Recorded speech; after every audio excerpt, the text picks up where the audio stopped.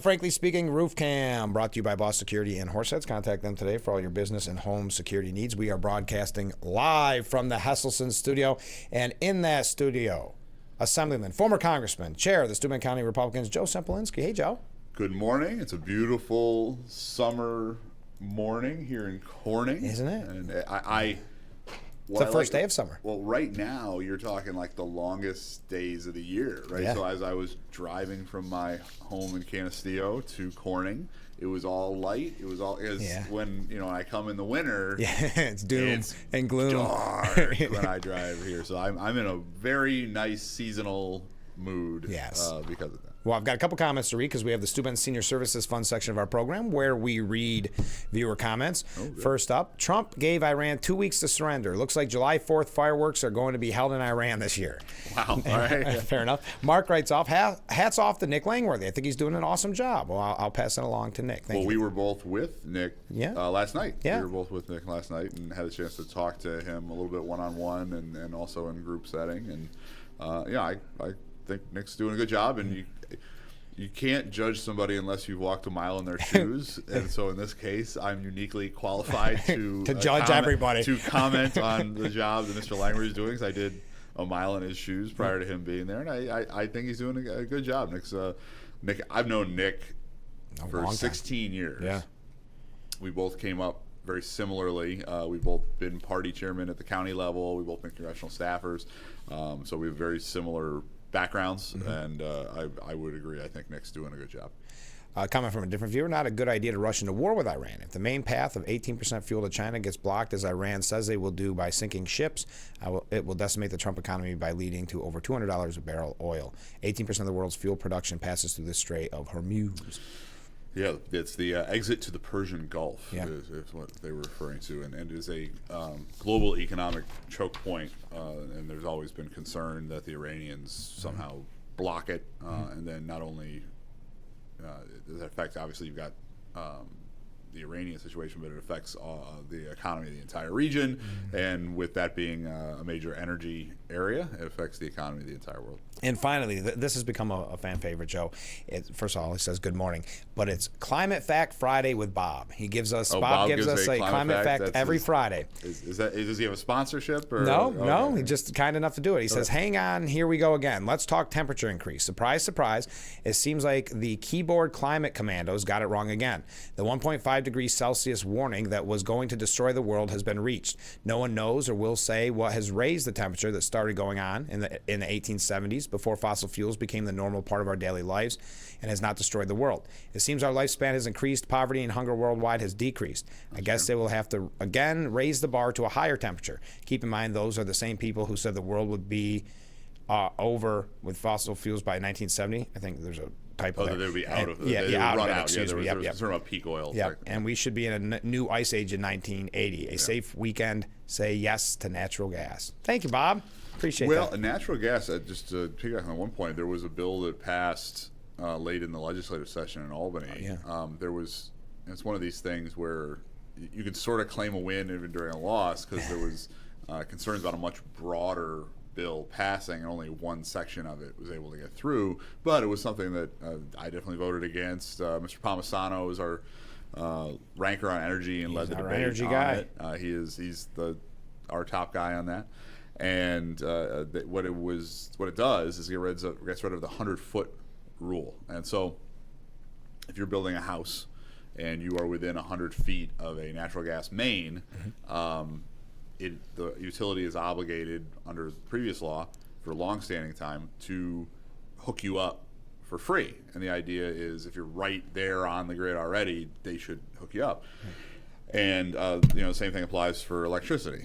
And what the state is going to do is get rid of that just for gas. And the idea is they're trying to choke off the growth of the natural gas infrastructure, so it sort of withers on the vine. Right. And the argument during the debate was that the left was saying, well, if you want gas, you can still have it. You just have to pay for the hookup. Yeah. And these are the same people that want to give everything else free. And actually, Mary Beth Walsh is the floor leader for the Republicans in the Assembly, and she just on top of her head wrote down all the things she had heard that session that they wanted to give out for free and just Great rent it. idea. Great and idea. said, oh, you want all this to be covered by the state, but now all of a sudden you want people to pay for their own natural gas hookup. So It wasn't cheap either. no, it would be thousands of dollars potentially, and very substantial costs. And the governor says we have a housing crisis, we have a housing affordability crisis, and of course that would just be passed on to whomsoever purchases the house. Right.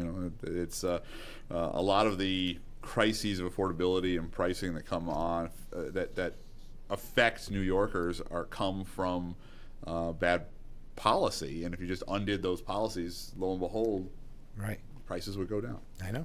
We are going to talk about end of session, some of the stuff that you dealt with in Albany. But what do you think, because this has been a hot topic on the program, and they all kind of tie in together.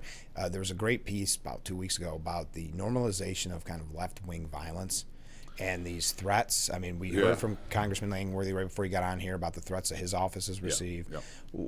How has this become normalized? Yeah, I mean, I just want to say definitively, this I've said this many times publicly and on social media and what have you. I am categorically against political violence. I don't care if it's somebody that agrees with me or disagrees with me, or somebody that's indifferent to my positions that's perpetuating it. It's completely and totally unacceptable in a free society. Mm-hmm. We have elections.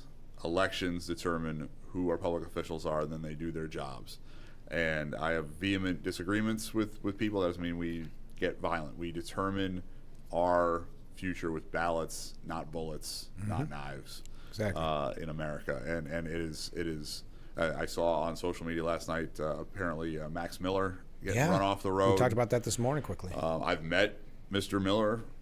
He was I think he may have been coming in as a freshman when I was leaving or something. But I have met Congressman Miller, and seems like a real nice fellow. The interaction I had with him, and I'm glad that he is safe. Obviously, closer to home, we had the situation with Lee Zeldin when he was running, and so we have got to get away from the idea that violence is the way that we deal with a political situation. It's utterly and completely unacceptable. Yeah, and I think some of the rhetoric that the media pushes, and from some of the elected leaders, is not helping this matter. Yeah, I mean, people, they get spun up that whatever the issue of the day is somehow, an existential crisis. Yeah. And I'm not saying that any particular issue is not important, but you need to sort of take a step back. And say, all right, the sun's going to come up tomorrow, and just because something doesn't go your way, or a public official takes a stand that you disagree with, we have to realize everybody's a human being, a person, and I have to deal with people every day that I think are misguided. I think in some cases dangerously misguided. But that doesn't give me an excuse to engage in violence against them. That's an excuse for me to argue my position and say, this is why you're wrong. This is why you're hurting our society with your policies. This is why you should change those policies. This is why maybe I'm going to vote for the other person or campaign for the other person or something like that. But we have to lower the temperature. We're talking right now under the administration of a president who during his campaign took a bullet to the head. Yes. And if it had been the slightest bit off, he didn't move his head just perfectly. You're dealing with a murder on live television. And so we've got a real problem in this country as far as violence is concerned. Thank God Donald Trump did look at that chart when he did. That was borderline miraculous. And that we were talking about a nicked ear as opposed to a shot that hit home. So we've danced very close to very dangerous waters as far as this is concerned for our society, and we got to stop. Yep. And I would say, I see the protests. I'm not suggesting protesters are to that level. I'm not. But I'm saying we see so much kind of outrage right now. And yet you and I will later on talk about the primaries. And we'll talk about the local general elections. And what will the turnout be for those? A couple They'll be very low. They'll be very low. People aren't running. I mean, it is remarkable how many people are running in the primary. I'm happy how people are running. But when I advise candidates, and the way I handle things as party chairman is if we got a primary, if any of those candidates want to call me for advice, I'll give them the best advice I can give them. I refer to it as sort of being positively neutral. Right. Yeah. I'm neutral, but that doesn't mean if you call me and say, "Hey, do you think I should do A, B, or C?" I'll give you my best answer. Behind the scenes a little bit. And as I've advised candidates who have called me, I've pointed out that in a off-year primary for a local office, you're talking a pretty low turnout. Now, this was in the context of concentrating where you're going to knock on doors or who you're going to mail to or those sort of things. But the numbers, when you look them up, are pretty starkly low for some of these races. And that's a sad thing. I spend a lot of my time trying to engage the youth. I go talk to schools. I did. As you know, when I was in Congress, I served on the Education and Labor Committee. We went to a lot of schools. I've tried to do the same thing, engaging students. We're doing a summer reading program. Yeah, we've been promoting it. We want to start one for Frankly Speaking. There you go. That's right. A summer watch TV program. Yes, yeah. Turn on Big Fox in the morning. For 15 minutes a day. Right, yeah. And I'll send you a certificate. That's right, yeah. Don't watch those other stations. No, exactly. And so, part of that is I think it's just a good thing to do, but there's also, there's going to need to be a next generation of leaders. Yes. And I'm 42. 42. Sadly, I'm still young for politics. Oh, absolutely. And not as young as Vance. No. Vance beat us both. JD Vance. That's the first one. Is younger. Yeah. Is younger than I am. What are you going to do? Elise Stefanik's younger than I. Yeah.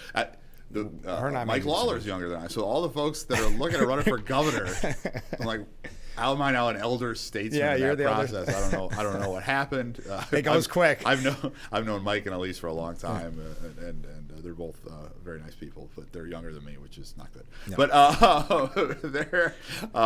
But we got to have that next year coming up, and realize that public service is a noble thing. Yes. And obviously, the politics gets a bad rap, but we need to have people of talent saying that's someplace I want to go, as opposed to I'm going to go do something else. And there's nothing wrong with doing something else, but when you don't have the best and the brightest going into public service, you get things that you don't want. You get people that are there for nefarious reasons, self-serving reasons, narcissistic reasons, and that is bad for everybody in our society. We got to take a short break, but let's go to a couple comments before we do that. Good morning, Frank. Nice to hear from Congressman Langworthy. And good morning, Joe Sempolinski. Happy Friday, y'all. Comment from a different viewer. Right back. I like the y'all. That's fantastic. This is how Climate Change Bob works. I would like to know what Climate Change Bob thinks about the large number of volcanoes currently active around the world. How will that affect the weather? So you got bypassed. Not a question for you. Okay. Climate change. I remember when I was a little boy, they had one of the volcanoes went off, and we had a cold summer. Yeah. And it was the summer I had swimming lessons at Craig Park Pool. Of course. Craig Park Pool in Painted Post is where I had my swimming lessons, and it was cold. It was Krakatoa, I think, was the volcano that went off. Yeah. And it was like 60 degrees all summer, and my mom made me take outdoor swimming lessons at an unheated pool. Thanks, Mom.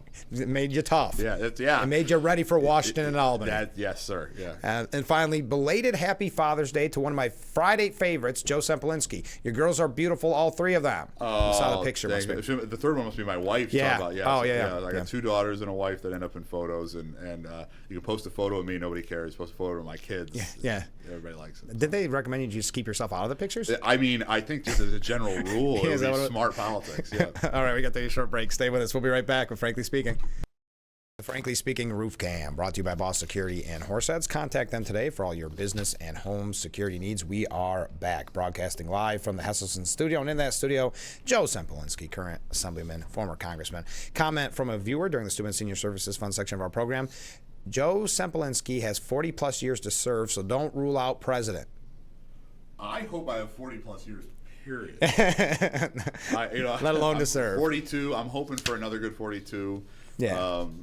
That would be great. I'm I will not be a candidate for president of the United States in the upcoming election. Don't they? I like that you said in the upcoming election.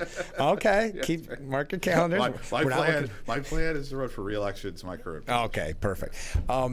So going into you got the LA riots, you got the No Kings protest. There's a lot of protests going on, Joe. A lot of protests, a lot of rioting all over the place, and to be just perfectly clear on my position, I am for free speech. If you want to stand on a sidewalk and wave a sign about anything under the sun, left, right, or center, go for it. What is unacceptable, and I do put in sort of that category of sort of getting into political violence, is when you use that as an excuse for looting, you use that as an excuse for property destruction. Right.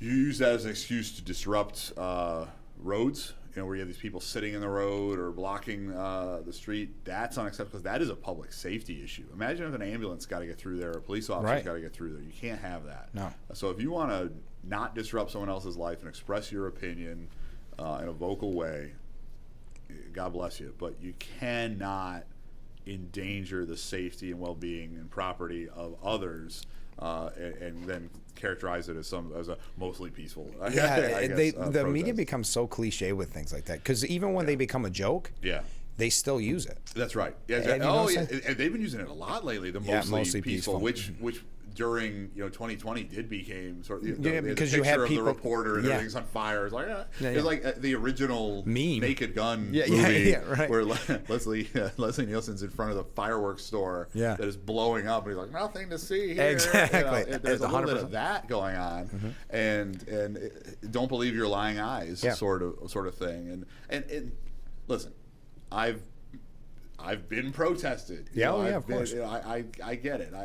And when I've had that situation, when I worked for my predecessor in Congress or whatever, I'll go talk to them and listen to their opinion and what have you. I think everybody knows what they see the difference between a legitimate protest, which is fine, 100%. and a illegitimate riot or something else, and we're getting more and more of the latter, which is frustrating. It's very, very troubling. I did want to talk about Iran. That's obviously the big topic yesterday. Trump announcing within, like that viewer said, about 2 weeks, he's going to make that decision. Where do you see us right now? Where do you think Trump's mind is at in this?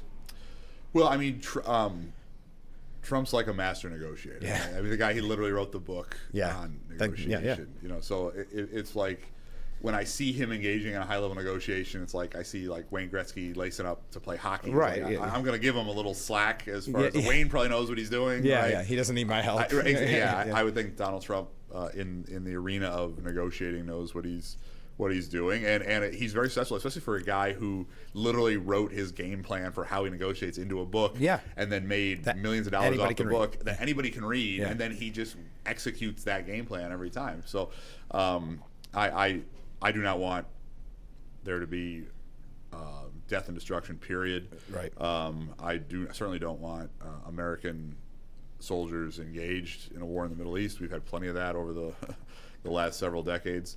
I do acknowledge that Israel certainly has a right to defend itself, and Israel is concerned about what would be for them an existential situation, literally an existential situation, if Iran had a nuclear weapon. They're a very physically small country, so it doesn't take very many nuclear weapons to kill everyone there. So Israel's got to do what Israel's got to do. That's a separate question from American engagement. Exactly. So far it seems like Israel knows what they're doing. And I wouldn't buy a beeper. Or of all things, right? A beeper. I mean, the precision with which they have sort of dismantled what was thought to be a fairly sophisticated national security apparatus in Iran. Is very impressive. Yeah, we got to fly. We got to fly. It's the I don't know if they can see. Yeah, I know. Land on my head. So they seem to be able to handle their own business, so to speak, right? In a good way. So where I hope this ends up is Israel's safe. America doesn't have to engage directly, and Iran does not have the capability to produce a nuclear weapon. That's the ideal scenario. I'm sure that is where the president's head is at as well. Yeah. but we've got to give him the ability to negotiate to get there, and that's something I believe is well within the capabilities of Donald J. Trump to handle. I was going to try to swap You're the fly. You're going to swap the fly? Yeah. Not on live TV. Yeah, so all the folks in TV land, there's a fly Yeah. you can't see. Was it? If you're in HD, you can see the fly. Right? Was it Obama that got kind of in trouble for killing a fly like live on something? Oh, I think he swatted one on a podium. Yeah. The one I remember Yeah. is Mike Pence getting it landing on his head, sitting there for 10 minutes. For what during seemed a like debate. forever. Yeah, right, yeah. All right, we got to take a short break. Get your questions for Joe Sempolinski. We'll be right back with Frankly Speaking after this. The Frankly Speaking Roof Cam, brought to you by Boss Security and Horseheads. Contact them today for all your business and home security needs. We are back broadcasting live from the Hesselson studio, and in that studio, Assemblyman Joe Sempolinski. There we go, up on the screen. Oh, I got to ask you about this, Joe. And we're going to get to end of session. We're going to talk about local races. Any questions people have, they can feel free to send in. All right, I don't know if you're a betting man, but Cuomo's mayor, right? Well, oh boy. And my position on Andrew Cuomo in general has been articulated repeatedly on this fine program and its predecessor on radio. Yes, that's right. Frank, you and I were negative on Cuomo's handling of COVID, to your credit, much earlier. You never drank the Cuomo Kool-Aid, and so the idea that he might become mayor of the largest city in America is distressing to me. However, Assemblyman Mamdani is a radical. There was, I almost want to say it was even the Daily News that put it out, but I think I'm wrong about that. But it's not that Cuomo was strong; it's that all the other candidates are so That's weak. exactly correct. I think is the assessment association. But where I'm going with this is just because you're the Democratic nominee, which is what we're going to decide here very shortly, does not make you mayor of New York City. Right. The incumbent mayor is running as an independent. Right. Cuomo, if he loses the primary, has an independent line as well. Yeah. There's a lot of talk about Zoran getting the Working Families line if he loses to Cuomo, because they don't want to give Cuomo the Working Families line. Right. And Curtis Sliwa is the Republican nominee. Right. So we're looking at what could very, very easily, in fact, probably more likely than not, a four-way general election. And when you have that four-way split, then three of whom are registered Democrats, it becomes very unpredictable. Maybe Adams slips in for another term because you've got, Andrew Cuomo being a sociopath, and frankly, somebody that's right on the edge of being a communist, if he's not actually a communist. Right. Does Adams slip in there? Does Curtis Sliwa? Yeah, that suddenly really you have a three-way. I had the chance to meet Mr. Sliwa up in Albany. He was at the state Republican women's dinner. Okay. And I happened to be sort of one table over for him. I got a chance to shake his hand, and all I said the entire conversation was I shook Mr. Sliwa's hand. And I said, "I'm praying to God that you win." Yeah. Because all the other options are so unacceptable. Oh yeah. Obviously, New York City is New York City, but if you have that sort of four-way unpredictability and splits, can he win a race with like 35% of the vote or something? I don't know. So I think it's coming down to the two main candidates for the Democratic nomination. That's why you saw the city controller have his sort of stunt with ICE, because he's sort of the third one. He's the odd man out. He's trying to get into that conversation. Even when the headlines was it's his Lander's time to shine or something like that. It's like, this political theater, Joe.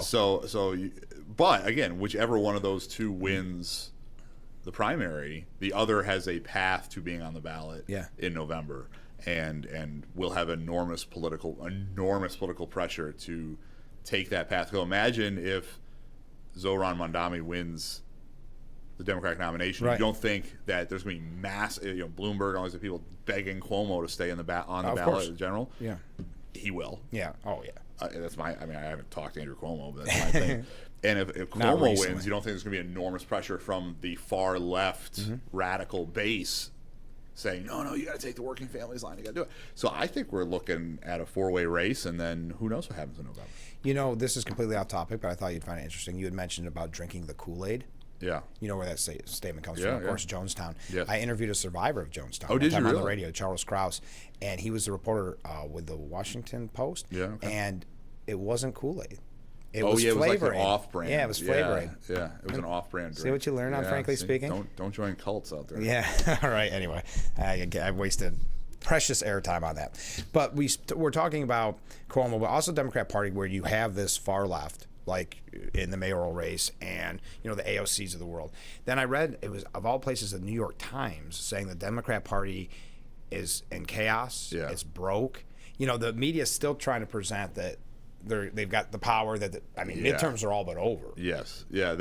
I read their sort of unendorsement sort of thing where it was really bizarre how they did it, because traditionally they would say, "Oh, we endorse John Doe for this office," and they had guest editorialists come in and say, "This is who I like," but it wasn't from the paper itself, and then their editorial was basically bashing the two major candidates. They bashed Mondami a little bit more than Cuomo, but they certainly bashed Cuomo, and they sort of said we like Lander a little bit, and we like this other candidate who I'd never heard of a little bit, but also there was sort of this sort of bashing of where the Democratic Party was, which was very interesting. So I think there's a couple things. I think one, there are people that are seeing that the Democrats have reached just this wacky point where your average citizen doesn't have to be terribly conservative, could even be a moderate Democrat going, no, this isn't really what I signed up for. No. And they sort of spun off into crazy land. But then also I think there was a little bit of, we don't want to totally give up that 100%. We're the New York Times and we decide what you should think. But that's and they a tough quite line. Let it go. That's a tough line, though, because they've gotten a lot of pushback in the past when they've even strayed from the left narrative. They had their subscriptions, plummet. Yeah. So, but to have that come out there, and then the New York Post, which you expected from them, but they have a piece today where insiders in the Democrat Party saying it's chaos. Chaos is used way too much in articles, but it's chaos that the Democrat Party just can't get their footing. They don't know what to believe anymore. I agree with that assessment. Yeah, right. I mean, they seem to be discombobulated, and they have a lot of different factionalism. I think sometimes it's a little behind the scenes, but it's definitely there. And they are in disarray. They did everything they could, legitimate and in some cases very illegitimate. Yeah. If you want to talk about some of the lawfare stuff, to prevent Donald Trump from regaining the White House. The lawfare, the electoral politics, the switcheroo with Biden and Harris, billions of dollars of spending, paying celebrities to do concerts, none of it worked. Yeah. It didn't work at all. No. And it didn't even come close really to working. And so their entire game plan is based on a cultural and political environment that doesn't exist anymore. Right. And suddenly, it's cool to be a Republican. It's not cool to be a Democrat. And they're like the aging hippie that used to be cool, right? And they just don't know how to fix it because everything they've done doesn't work anymore. I used to say this on the radio, so this goes back a long time. I always said that if you want to be rock and roll and if you want to be rebellious, you want to be punk rock, you have to be a conservative. Yeah, because look at Bruce Springsteen, always preaching as he's charging you $300 a ticket about the billionaires and all that, lecturing you, and that's not rock and roll anymore. That's just cliche. If you have the mainstream media and corporate America and all the celebrities, academia on your side, how are you the outsider rebelling against the machine? You are the machine. Yeah, 100%. Okay, a couple comments before we go to break. This is a weird one. I have not heard anybody ask this. Joe, what's your take on Elise Stefanik joining the mayor's race? I thought they were going to say gubernatorial, but they corrected it. New York City mayor race. Too late for that, right? Oh, sorry. You want me to take a break? No, I'm good. Well, Elise lives in the North Country. That's what I wondered. There was talk about, if she had been named UN ambassador, that would have put her physically in New York City, because that's where the UN ambassador is. Headquartered. It's the only cabinet position that's based in New York City rather than based in Washington, D.C., so that may be where they're coming from. But she's the congresswoman from the North Country, and is not a resident of the city of New York. And I think the main question and speculation is who is going to get in the race for governor on the Republican side. And Elise did come to Albany beginning of last week, and I was... we had a press conference. We had a meeting before that with all the Republicans in the Assembly and the Senate, and she did not say one way or another what No. she was going to do for governor, but she did a very good job sort of critiquing the She sure current did. governor, Yes. which she's And then- world class at. And then that hearing in Congress. She is that made for day, that. Yeah. We were in the depths of the end of session. So Yeah. session's running until like 10 p.m. in Albany. So the last couple weeks, you're in session like all day. Right. It's long days. So the way we, 6 or 7 of us Republican Assemblymen, the way we unwound at the end of the day, like 11 o'clock that night. Yeah. So we were sitting in an office, cracked a beverage, pulled up on YouTube, Nick and Elise and Mike Doing great. going after the governor. We just sat there and watched it. And that was our entertainment for the evening, was watching those hearings. And I was excited about it because, number one, you have one of the best that can do it, which is Elise Stefanik. And then you have Hochul, who's never really good off the cuff. No. I mean, and that's an easy question from a Yeah. reporter, let alone when you have Elise Stefanik, Nick Langworthy, and Lawler going after you. Yeah, there's levels to this, and the folks that are questioning her, as far as ability to handle questioning and what have you, the governor's not on their level. Yeah. Nick or Elise or Mike, they all did very well. Not even close. We got to take a short break. Stay with us. This is Frankly Speaking here on WYDC TV, Big Fox. The Frankly Speaking Roof Cam, brought to you by Boss Security in Horseheads. Contact them today for all your business and home security needs. We are back, broadcasting live from the Hesselson studio. In that studio, Joe Sempolinski, and this is the Steuben County Office for the Aging section of our program, committed to maximizing quality of life, safety, and independence. Let's go to some viewer comments. Oh, Climate Bob is back again. Climate Bob's back. All right. Great question about volcano eruptions. I remember the Mount St. Helens eruption. It did have a cooling effect that summer. The word was that acid rain was going to kill all the fish in the lakes. It did not happen. Now the climate change warriors are jumping at the chance to spread the narrative that CO2 levels are higher than they have ever been. This is simply a lie. According to Ice Core records, CO2 has been much higher in the past. Also, if they're measuring CO2 levels near a volcano erupting, the levels of CO2 will be very high. They just can't let the CO2 false narrative go. There you go. Have you ever seen the before and after pictures of Mount St. Helens? Yeah. Like it's stark. Yeah. It was like, the whole mountain blew up. Yeah, pretty wild. I just want to talk about this real quick, Joe, but I think it's worth mentioning, and we didn't talk about it last time. What do you think about Jake Tapper's book? The problem I have is I don't think we talked about this. Sorry if we did to the viewers.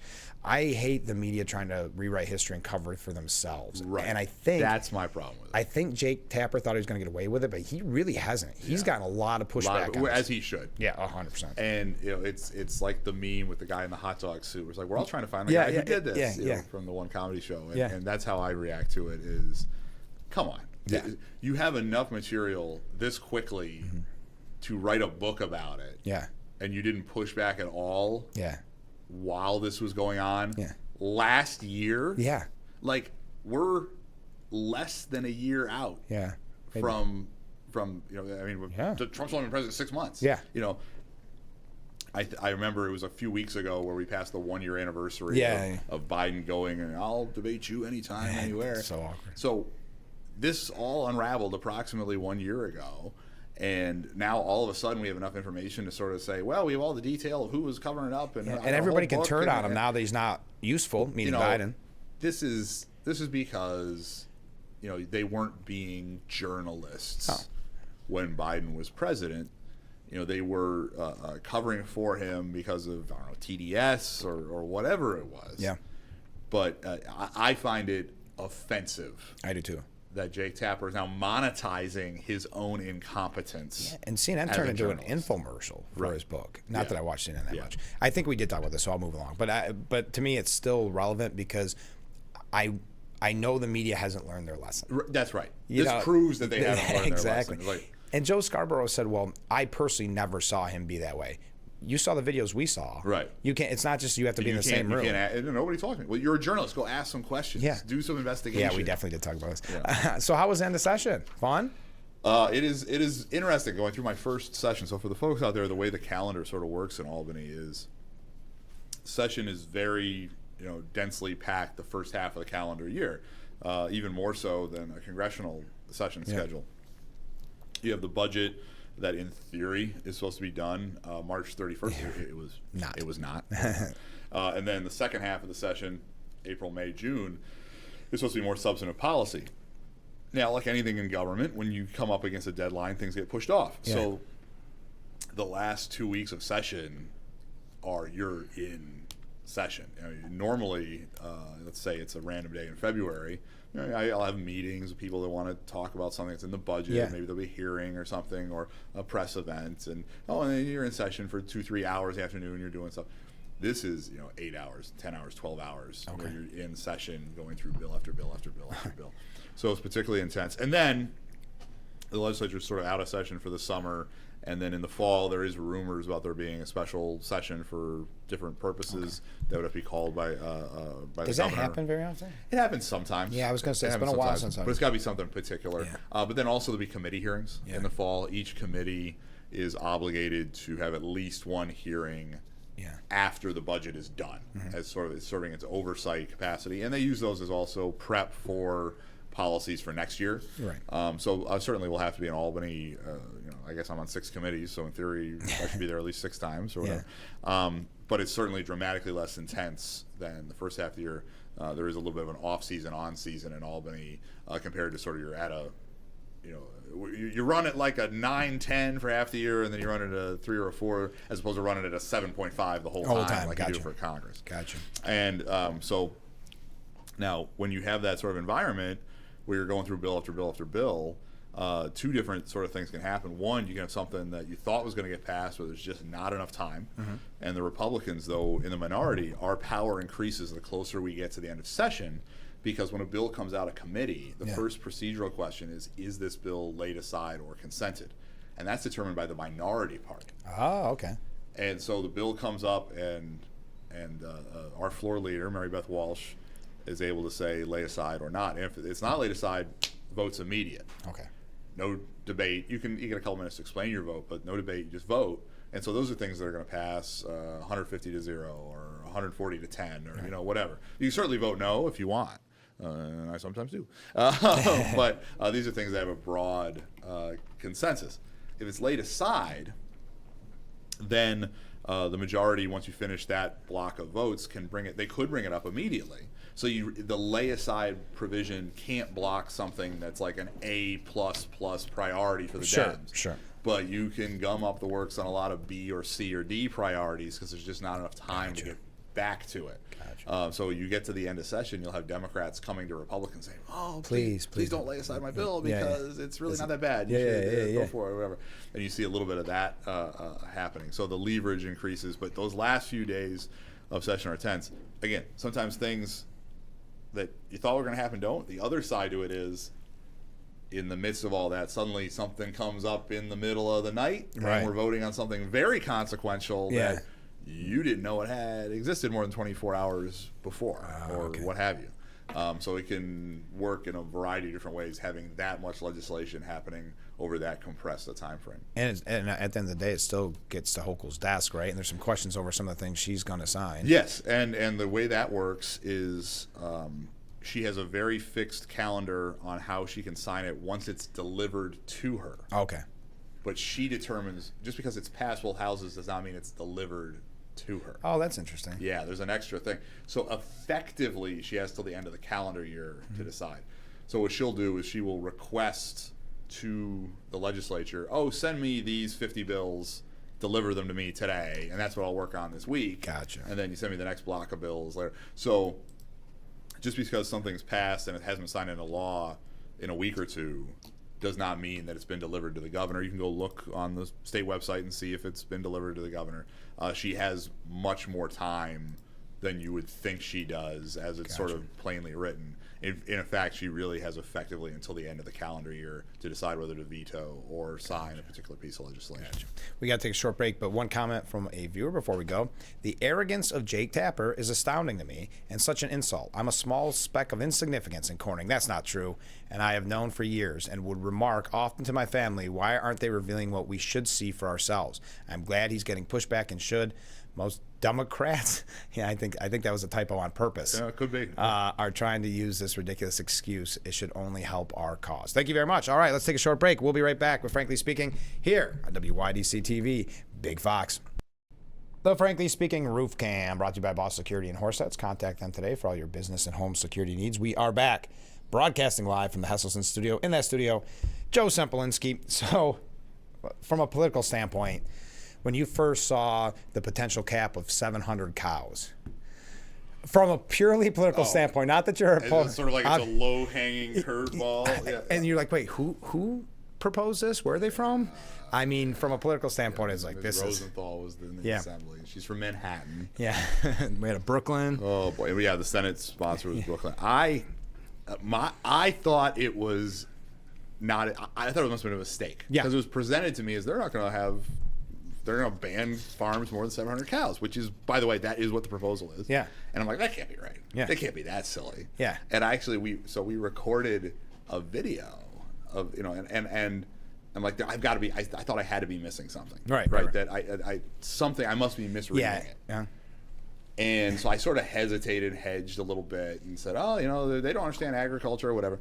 And then I reviewed it in detail. I got some commentary on it. I'm like, no, they're going to ban farms more than 700 cows straight up.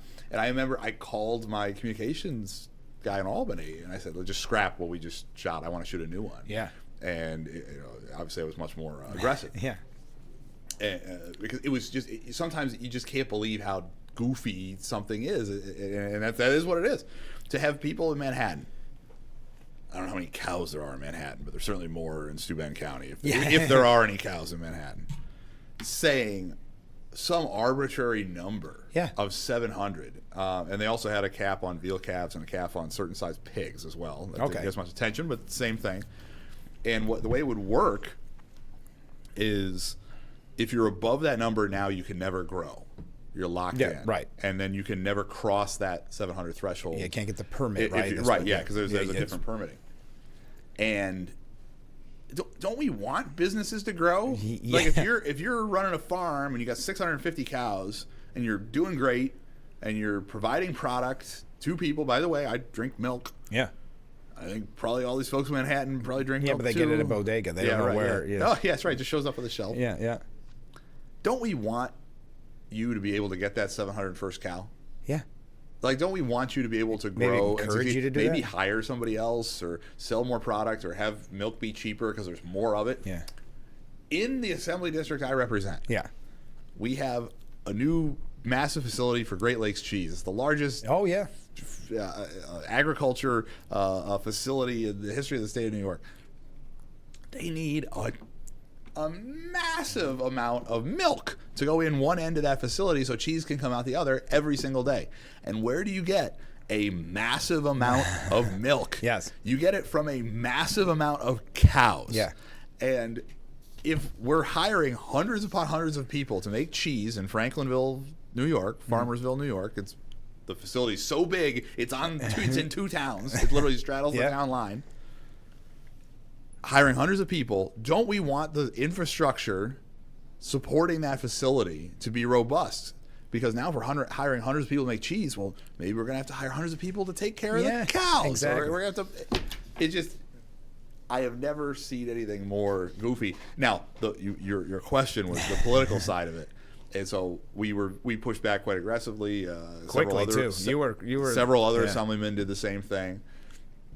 And I will give credit to the media, which I don't do a lot of. No, me either. I was on Mr. Lonsbury's show talking about it.